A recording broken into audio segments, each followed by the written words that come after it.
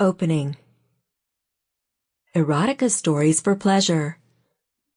The ultimate collection of explicit sex stories. Written by Sandra Novel. Narrated by Olivia Alden. He looked into the leather pouch tied to his belt. The last streaks of the sun's dying light faded over the western skyline as the tall warrior tethered his hulking warhorse to the post outside the tavern. The crudely painted banner on the ramshackle door read, "The Sign of the Times," and times were rather hard for him right then. He looked into the leather pouch tied to his belt. All that was left were the 6 coppers he had earned the day before rescuing a lost cow from becoming wolf dinner for a farmer. The man was too poor to pay him anything of value, but the 6 copper coins and a side of roast beef was better than nothing. He shook his large head ruefully at the state of his affairs as he walked up the rickety stairs of the insalubrious place. It was an odd place for a meeting. The mission had to be of the utmost secrecy for his mysterious patron to have arranged for a convention there at the outskirts of the city walls. He stepped into the tavern, his tall, muscular frame out of place and standing out like a sore thumb in his Highland kilt and scant metal armor, a massive claymore broadsword in its scabbard on his wide back. Men of all kinds and of all vices crowded the place, most of them of the shady sort. They eyed the huge mercenary with caution as he walked past them, slowly. Several tables were arranged around the dirty dining hall, with rough-hewn chairs scattered all around. Men ate and drank and sang and argued, while others lay passed out on the tables or the floor. Serving wenches swaggered around, carrying large platters of pungent meat and flagons of ale, spilling some of it all around them.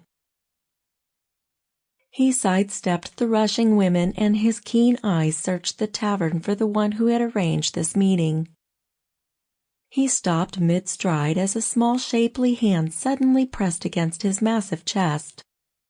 He looked down at the voluptuous blonde woman standing before him, her face covered in gaudy paint. One of her finely plucked eyebrows was raised questioningly. She pushed her generous near-naked breasts up at him, and her painted lips curled up in an inviting smile. With what he had in his purse at that moment, he couldn't afford her even if he wanted to. Calmly he brushed her aside and moved forward, his eyes locking onto the only other figure there that looked as out of place, if not even more as he did. The rather heavy-set man sat in the far corner of the tavern, at a small round table with only 2 chairs.